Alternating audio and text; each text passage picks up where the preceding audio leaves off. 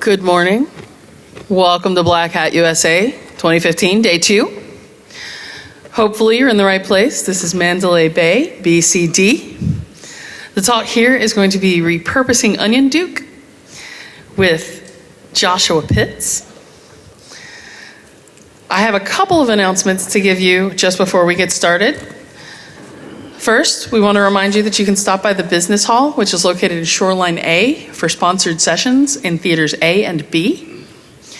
Be sure to check out our Black Hat Arsenal in breakers D, E, J, K. And we have sponsored workshops in Mandalay J, K, and L. Thanks for putting your phone on vibrate so that it doesn't disrupt the session. We really appreciate your help with all of this. And without further ado, I present you, Josh Pitts.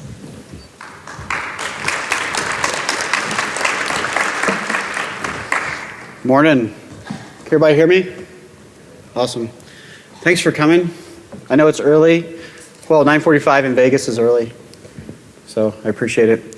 So like I said, I'm Josh Pitts. I'm Director of Security Research at NOPSEC. Before that, I was at Leviathan Security, and if you're following along in the OPM database, I was at Booz Allen, and then PwC. And if you have the OPM database, you don't need anything more. So I'll keep going with that. All right, so I wrote BDF and BDF proxy. That is called, it's short for the backdoor factory. So what it does, it's a set of code, it's written in Python in assembly, that patches payloads into PE, ELF, and Mach-O formats. And BDF proxy is backdoor factory and man-in-the-middle proxy, and so it patches binaries during download. So it's kind of fun, and I'm actually going to take OnionDuke today and put that into BDF, so everyone can use it. So today, real quick, I'm going to talk about repurposing of malware in the media, and then we're going to talk about how I discovered OnionDuke. We're going to reverse engineer the packer. We're going to repurpose it, and then I have 2 demos. So repurposing is what we do as humans, is why we're alive. It just makes sense. It saves us time. And our industry is based on repurposing. We share ideas, and really, if you think about it, ideas travel really fast, and no amount of regulation is going to stop that. And really, as you're going to see after this presentation, nation-state weapons really are not special or magical. They're just developed in private, and then once we get to see them, you know, everybody is up to a higher level as far as what they know and how they can defend against those attacks. So we're going to look at some reputable media sources, and we're going to see how malware has been reused in the media. So we had the Sony attack of 2014. In that attack, the malware was named Stover, and it had a feature that was delayed hard drive deletion. It had similar command and control as a piece of malware used in South Korea called Volgmore, and that was in 2014. It had similar file names and a time delay before deleting the hard drive that was similar to Jokra in 2013, also used in South Korea. And Stover used similar non-malicious drivers as those in the Shamoon attacks in 2012, and I think that was against petroleum targets or energy companies in Saudi Arabia. And via leaked documents, NSA even developed their own called Wiper. I'm surprised it didn't have a different name like Slow Melon or something, but that was in 2012. So the Equation Group and the NSA. Do you guys remember in 2009 when Google asked the NSA for help with the Aurora intrusion? So this gave NSA access to parts of Google's infrastructure and also the malware samples. You guys remember that? Well, in 2015, Kaspersky releases the Equation Group report where the group used several prior known 0 days, including the Aurora exploit and 2 exploits associated with Stuxnet.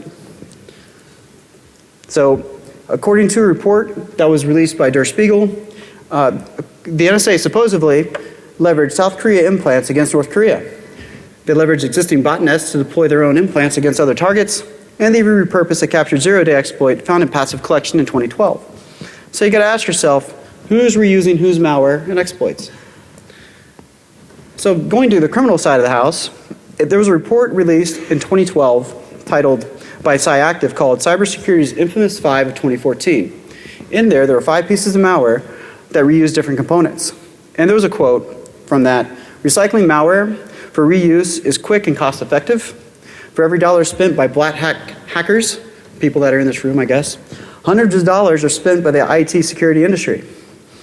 And if you've ever done incident response, you know that's true, because Mandiant is not cheap. So, and then you have the hacking team. That happened 1 month ago when their documents were dropped on the internet. And it didn't take long for pen testers to reuse some of the components. This was the Flash 0-day. And then also criminals. And this is the Angler exploit kit. So here's some backstory on how I discovered OnionDuke. It was September 2014 at DerbyCon, and I made a side comment that I believe that man-in-the-middle patching of binaries on the internet was happening for certain reasons. You can Google this name and you'll find the story. It was actually pretty interesting. So I stated that, and then the CEO of Leviathan, where I worked, Frank Height, he's like, POC or GTFO? And I was like, okay, I will POC, because I don't feel like leaving right now.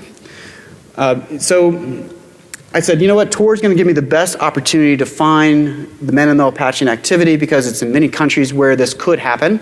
And basically, when you set up a Tor exit node, you are an ISP, essentially.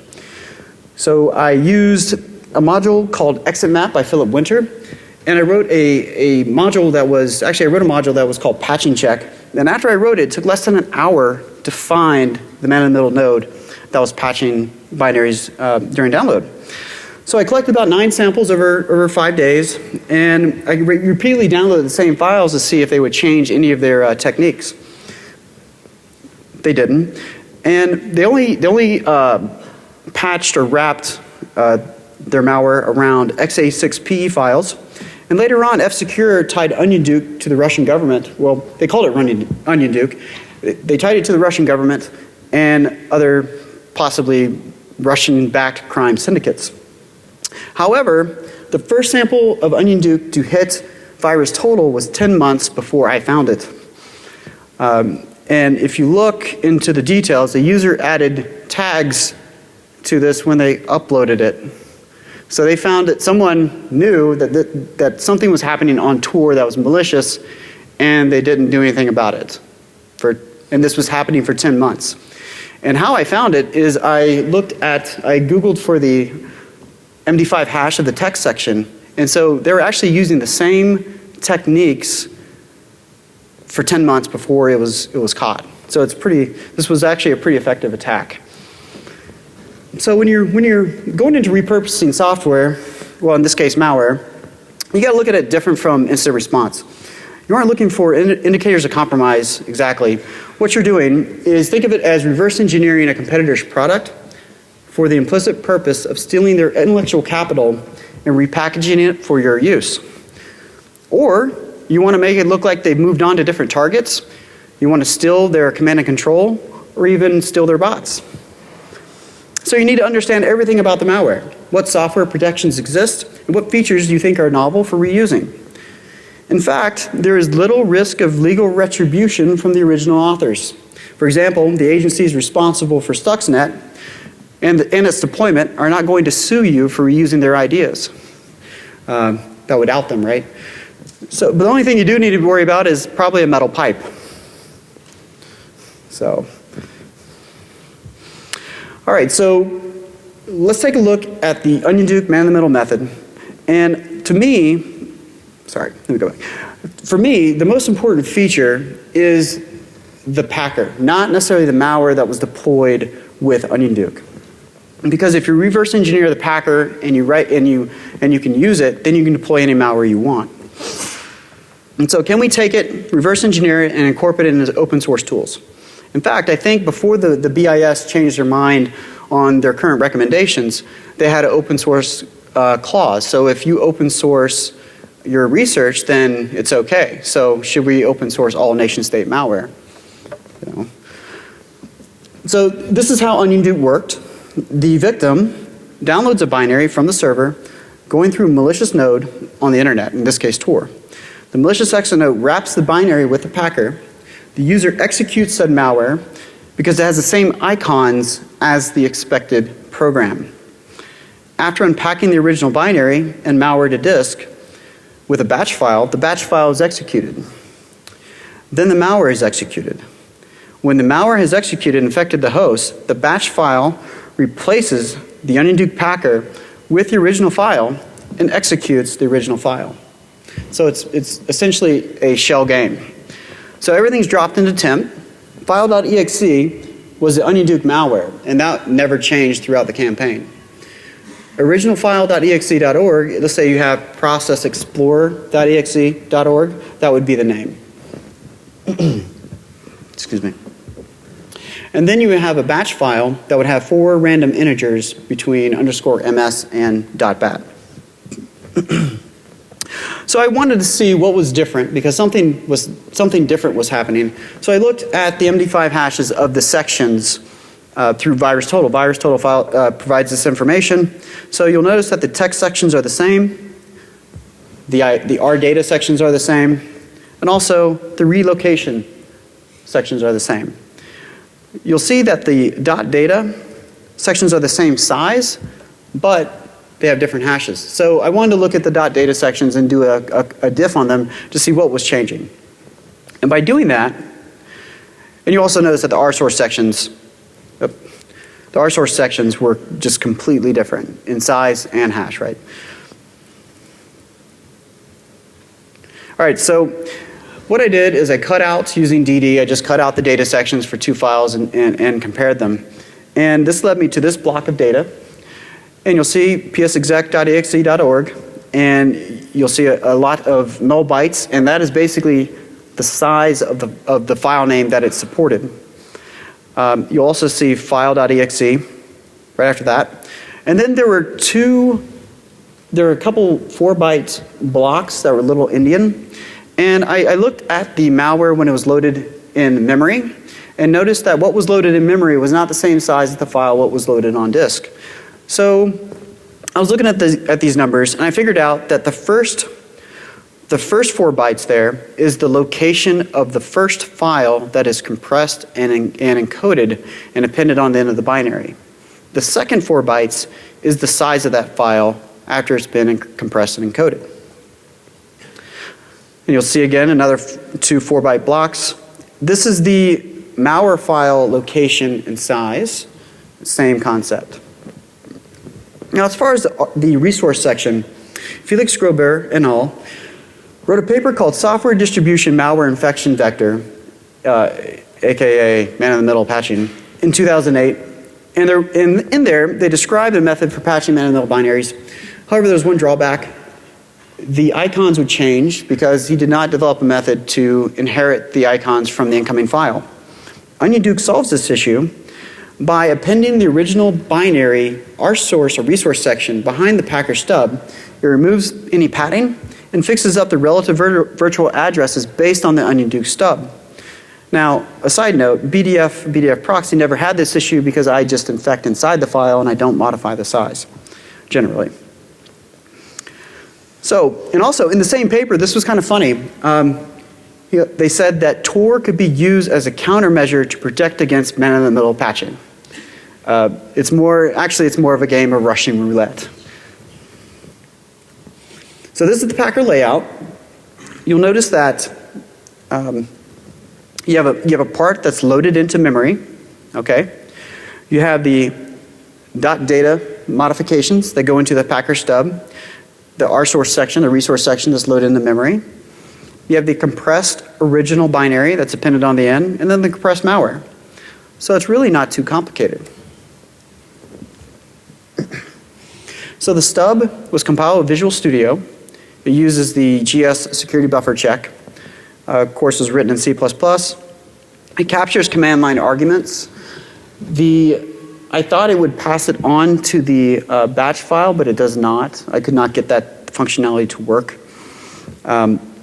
It supports both ANSI and Unicode-based file names and paths. So that's actually pretty cool because they actually plan to actually support multiple languages.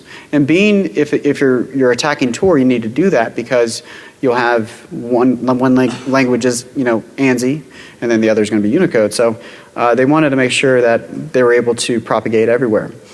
So it does support x64 PE binaries, but however, they did not use, I could not get any of the binaries, 64-bit test binaries to be wrapped or patched because, think about it, this was early 2014. XP was still supported, and so they did not want to wrap a 64-bit binary that might have been accidentally run on an XP machine, which it wouldn't run anyway. So I'm kind of surprised they did not support x64-bit. At least it works. It works fine. So now the XOR, each file is XORed after compression. The static key is that, and it never changed. It was always that number. And here's just a quick glimpse of the stub, and highlighted is the XOR key. Now, the compression was kind of interesting. It took me some time to find because sometimes I'm not very smart. And I was actually considering looking at the assembly output because it was written in assembly. A lot of it was written in assembly, and porting it over to assembly/Python. But before I got too far into that, I did some better searching, and that led me to a blog post from Ron Bose, which was a former coworker at Leviathan, and who works now at Google. And his post led me to the APlib compression library. And so it's a pretty cool compression library. It only supports x86, x64 only. And just a little side note, the hacking team had some code that was called inject proxy as part of their RCS, and they developed it back in 2007, 2008.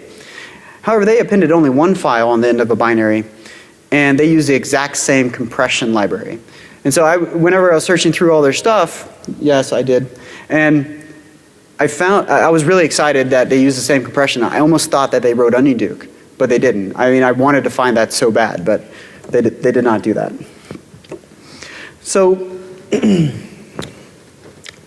so all the samples that were captured and analyzed only deployed a PE executable binary.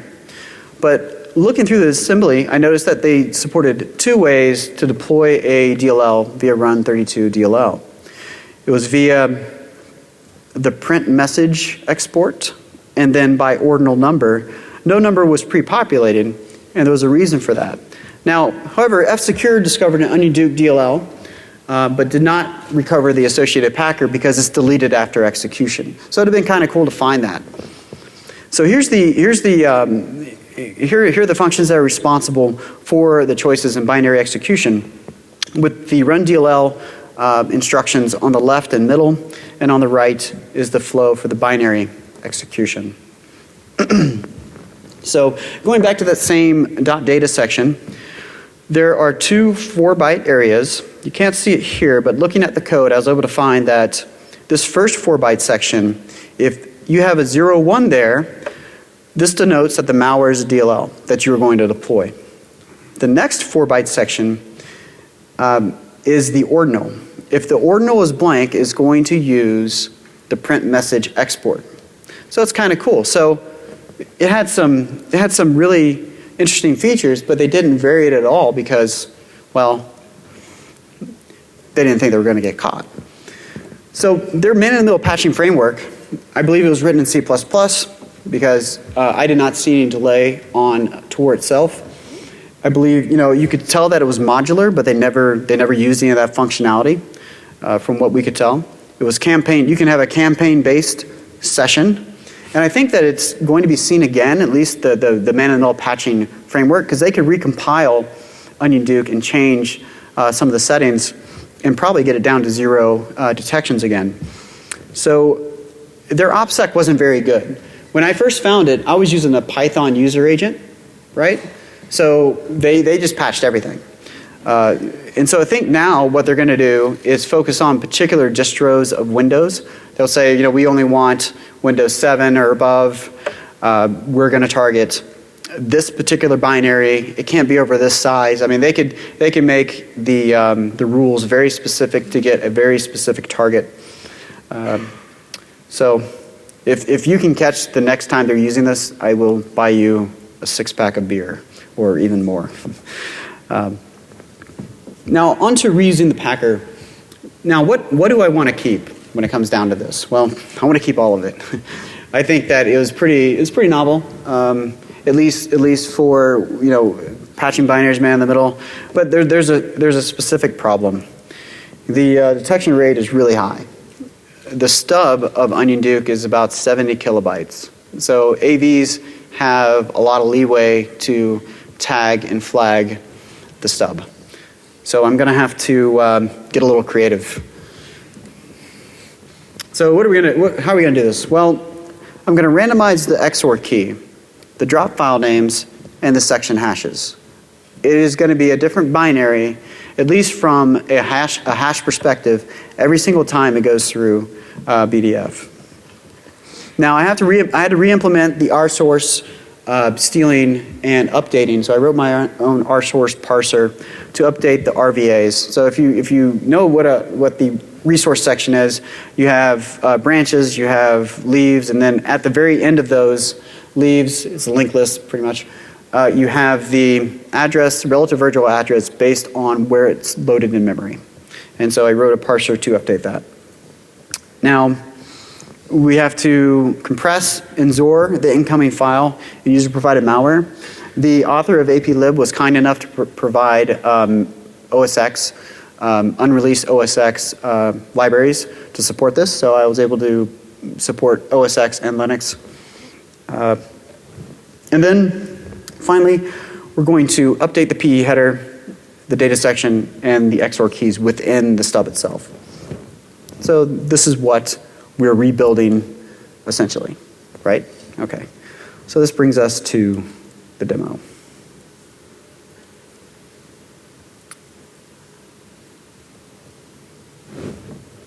All right.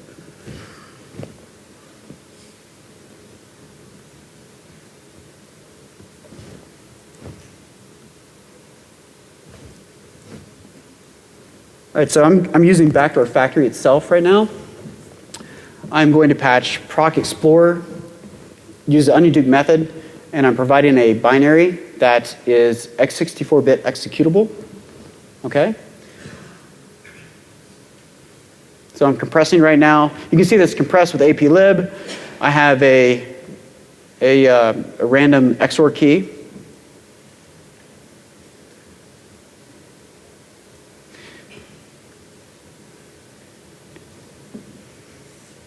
And then it checks to see if it's a DLL. And if it's not a DLL, it just continues through. And on the bottom left, I have an interpreter session, x64-bit interpreter session. Now you'll notice that the binary itself is x86. So you can deploy x86 or 32-bit with this.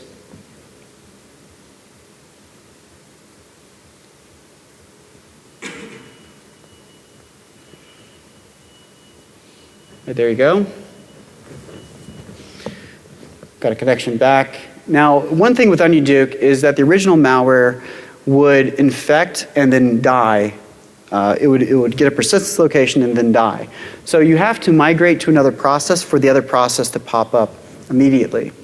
Now, you can do this with Metasploit. You can automate it, but I just wanted to go through the steps to doing that. So there you go. I have the migration. You could see the icon flash. And then you have just normal process explorer. Now, one nice thing about this feature is that if the user thinks that something is wrong, they'll go back and check the binary, right? They can right-click, see if it was signed after it executes, and they're going to find the original binary. And my younger self had problems closing this. I want to apologize.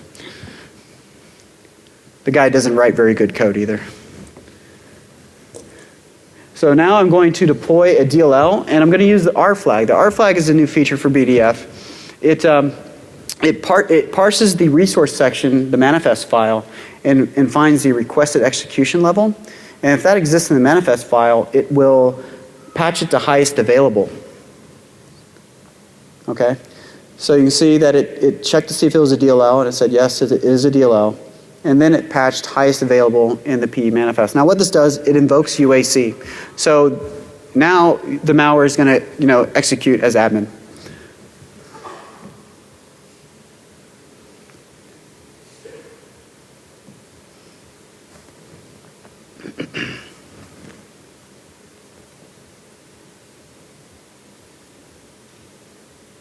You can see the icon denoting that it needs to be executed as admin.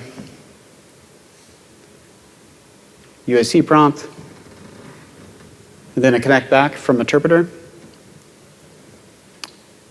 We get system successfully, and then we're going to migrate to a system process.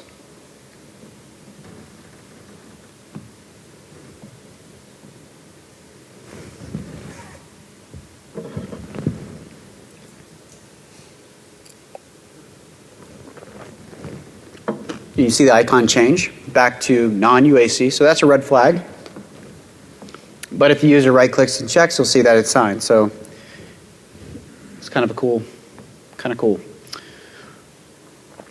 And then look at the digital signature. It is signed by Microsoft.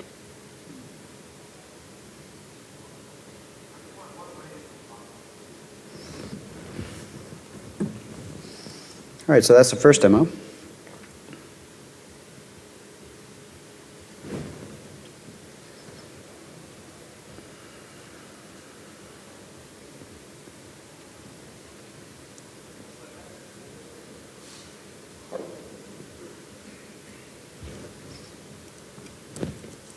All right, so this is BDF proxies config file. Now what I'm going to do is this is how you patch man-in-the-middle binaries, like man-in-the-middle patching the binaries with BDF proxy. This is the config. And what I'm doing is I'm using the OnionDuke method. I'm going to patch run as admin for the UAC prompt. And then I'm using an x64-bit binary with 32-bit binaries as they come across. And then I'm going to do the same thing with the x64-bit, and I'm going to use the x64-bit interpreter reverse TCP shell. Now, let me zoom out of that. So I started BDF proxy, and then now what I'm going to do, there's through BDF proxy, when you execute it, a resource, or Metasploit, or MSF console resource file is output. It's written to disk, and then you can use that to launch Metasploit, and it will populate all the handlers that you use automatically. So now I'm going to go through and download executables from sysinternals. Now sysinternals, you can either use HTTP or HTTPS. It's your choice. Secure or non-secure. And now I'm going to go through and update the config file to change it to a DLL. And the next request that comes through, the DLLs will be served because the config updates on the fly. I'm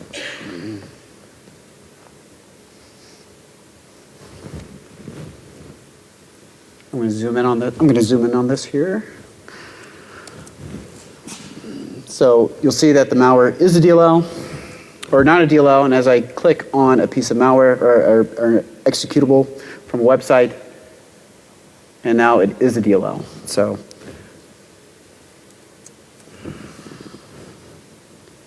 there you go. You see that it's actually quite quick for smaller binaries. And so I uploaded a original OnionDuke binary to a file sharing site, and I'm going to download it and show you a feature that I added that I thought was kind of neat. And what you're going to see next in the video is I'm going to execute a couple binaries. And as that's going on, I'm going to kind of voice track the changes. So what I added was a feature if it sees OnionDuke come across. So I have a signature that's I think it's pretty solid for finding OnionDuke. If I see OnionDuke come across, I will rip off the original malware and then put the user-supplied malware on the end, thereby hijacking the original intent. So you could either put just a pop-up box saying you should not be downloading over HTTP, or you can put your own malware, right? And so it takes a while for that site to deliver the file because they're serving ads and collecting information on me.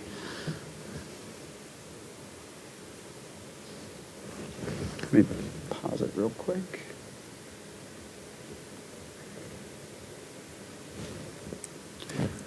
So you see here, where it says attempting to patch an OnionDuke wrap binary. It went through and it removed the original malware from the binary and then reappended compressed using the same XOR key that was supplied.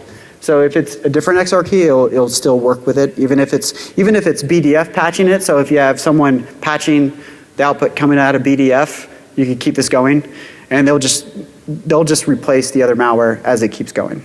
So it's kind of a fun. Oh, that's not what I wanted.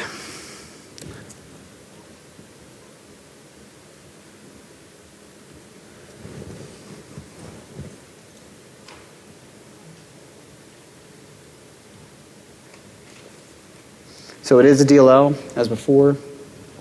Removes the original malware from the binary, like I explained earlier. I'm going to go ahead and execute the file. And you'll see that I will get a connect back, proving that I removed the malware successfully. And I added run as admin to it, so I improved it.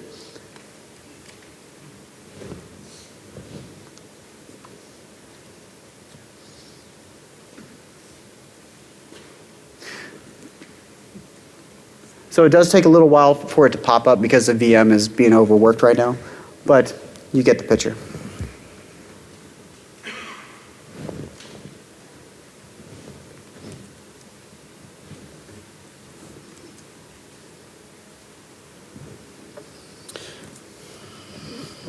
All right, so after all that work, the best that I could do with the AV evasion was 20 out of 55.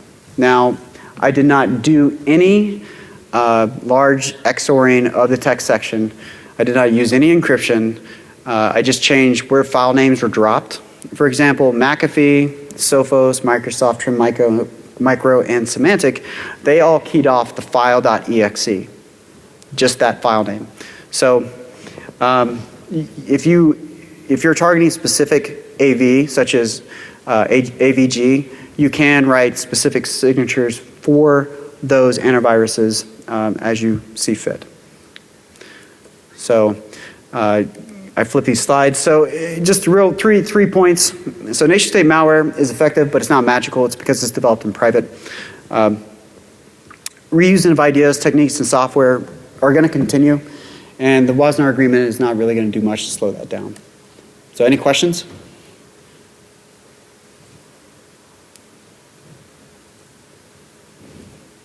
Well, I thank you for coming so early. I appreciate it. And special thanks to Travis Morrow, Matt Graber, Jason Butterfield, Chris Trunzler, and Will Schroeder. I appreciate it. Thank you.